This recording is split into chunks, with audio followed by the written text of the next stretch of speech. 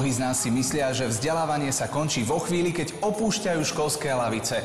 Realita je však úplne iná a svet si vyžaduje, aby sme si vzdelanie postupne doplňali. Slováci takto objavujú celoživotné vzdelávanie. Ide o formálne vzdelávanie, ktoré sa realizuje na školách, neformálne vzdelávanie, ktoré sa realizuje na vzdelávacích inštitúciách a informálne učenie sa, to je učenie sa praxou alebo čítaním knížiek. Na Slovensku sa len necelé 4% dospelých zúčastňujú tohto vzdelávania, čo vlastne radí Slovensko medzi posledné krajiny v rámci Európskej únie. Najčastejšie sa zúčastňujú vnútropodnikového vzdelávania, ktoré pre zamestnancov zorganizujú ich zamestnávateľia, alebo jazykového vzdelávania. Ja som študoval ekonomický smer, manažment a chcem sa úplne preorientovať na ten smer IT, keďže ma to bavilo aj v súkromí a chcem aj, čo sa týka profesie, tak chcem ísť skôr do toho IT sveta, keďže sú aj väčšie možnosti pre kariéru v tomto obore, možno niekedy aj lepšie platové. Na kurzy sa hlásia študenti alebo absolventi vysokých škôl, takisto nezamestnaní alebo podnikatelia, ktorí si chcú rozšíriť zručnosti a využiť to pre svoj vlastný biznis. Účastníci kurzov sa venujú od základu tvorbe web stránok a mobilných aplikácií a tvorbe dizajnu. Momentálne robím vlastne programovať cez JavaScript. Je to skriptovací jazyk, ktorý vlastne nám umožňuje hýbať v podstate s dizajnom stránky v nejakom takom reálnom čase.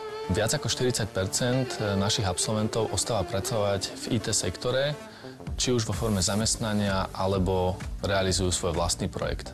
Pre zvýšenie záujmu ľudí o ďalšie vzdelávanie je potrebné zvýšiť najmä kvalitu vzdelávacích programov, aby vlastne ich absolvovaním získal človek potrebné vedomosti a zručnosti, ktoré od neho vyžaduje trh práce. Takisto je potrebné zabezpečiť systém uznávania výsledkov ďalšieho vzdelávania a preto, aby sa ľudia zúčastňovali ďalšieho vzdelávania, je potrebné zvýšiť ich povedomie o tom, že aj ďalšie vzdelávanie im pomôže k lepšiemu uplatneniu na trhu práce.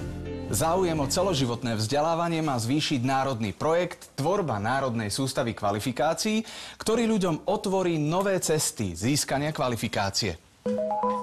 Jedným z cieľov Národnej sústavy kvalifikácií je motivovať ľudí k aktívnejšiemu zapájaniu sa do celoživotného vzdelávania.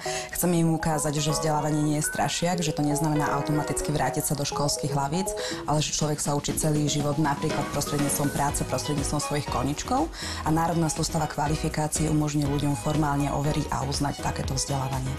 V blízkej dobe spustíme internetový portál, na ktorom verejnosť nájde informácie nielen o kvalifikáciách v Slovenskej republike, ale napríklad aj informácie o tom, aké požiadavky sú kladené na vedomosti a zručnosti počas preskúšavania, kde a ako si má podať jednotlivec žiadosť o preskúšanie, kto bude spôsobilý k preskúšavaniu a tak ďalej. V prípade úspešného absolvovania skúšky každý človek získa osvedčenie o kvalifikácii, ktoré bude garanciou predovšetkým pre zamestnávateľov, že tento človek má deklarované vedomosti a zručnosti.